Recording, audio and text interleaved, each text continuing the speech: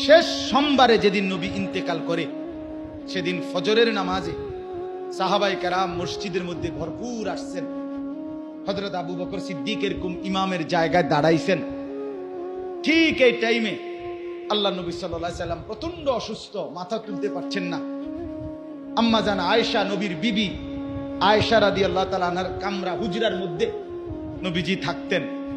এরকম মনে করেন জানালা, এই পাশে এই যে জানালার সাথে যে রুমটা বা এটাই ছিল হুজরা। তো আল্লাহ নবী সাল্লাল্লাহু আলাইহি সাল্লাম আয়েশা রাদিয়াল্লাহু তাআলা আনহাকে বললেন ফজরের ওয়াক্তে, কোন ওয়াক্তে বলেন, আয়েশা তুমি আমারে কোনুর মধ্যে ঠেস দিয়া আমারে বসাও, আর আমার ঘরের হুজরার পর্দা সরায় দাও, আমি আমার সাহাবীদেরকে দেখব। তো আম্মা জান আয়েশা রাদিয়াল্লাহু তাআলা আনহা কোনুর মধ্যে হেলান দিয়ে ঠেস দিয়ে নবীজিকে বসাইছেন, হুজরার পর্দা সরায় দিছেন।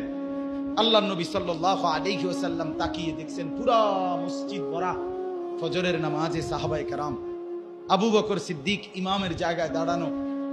নবীজি সাল্লাল্লাহু আলাইহি ওয়াসাল্লাম চোখের পানি ফেলে বললেন, আয়েশা আমার হুজরার পর্দা মিলায় দাও।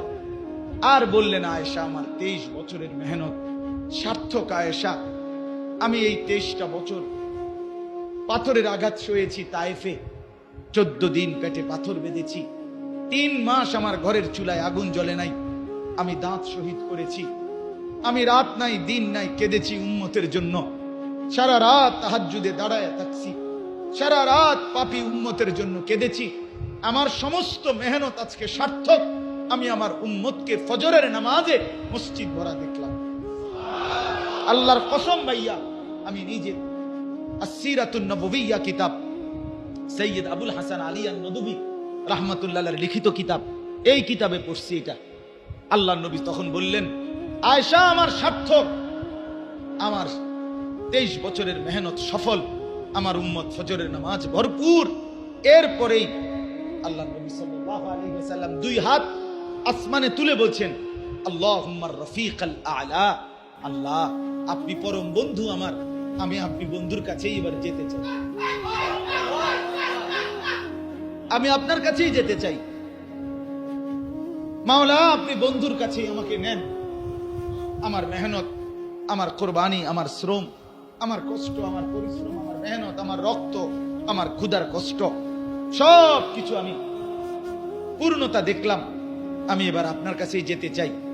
এরপরে ভাই আল্লাহ নবী সাল্লাল্লাহু আলাইহি ওয়াসাল্লাম এই সেদিন সোমবার দিন, বিশ্বাস করেন, আবারও বলি ভাইয়া, জোহরের নামাজের আগেই আল্লাহ নবী সাল্লাল্লাহু আলাইহি ওয়াসাল্লাম সোমবার ইন্তেকাল করছেন। নবী শেষ উম্মতকে ফজরের ওয়াক্তে, কোন ওয়াক্তে? ফজরের ওয়াক্তে শেষ হাসি দিছিলেন উম্মতকে দেখে ফজরের নামাজে। সেই উম্মতের তোমরা যদি ভাইয়া দিনের পর দিন, মাসের পর মাস, 365 দিনের একটা বছরে যদি কোনোদিন তোমার মনেও হয় না যে ফজরের নামাজের ওয়াক্ত হয় কখন, ফজরের নামাজ পড়ে কখন, হায় আমার বাপ, তুমি কেমনে দাঁড়াইবা হাসরের ময়দানে, কেমনে দাঁড়াইবা?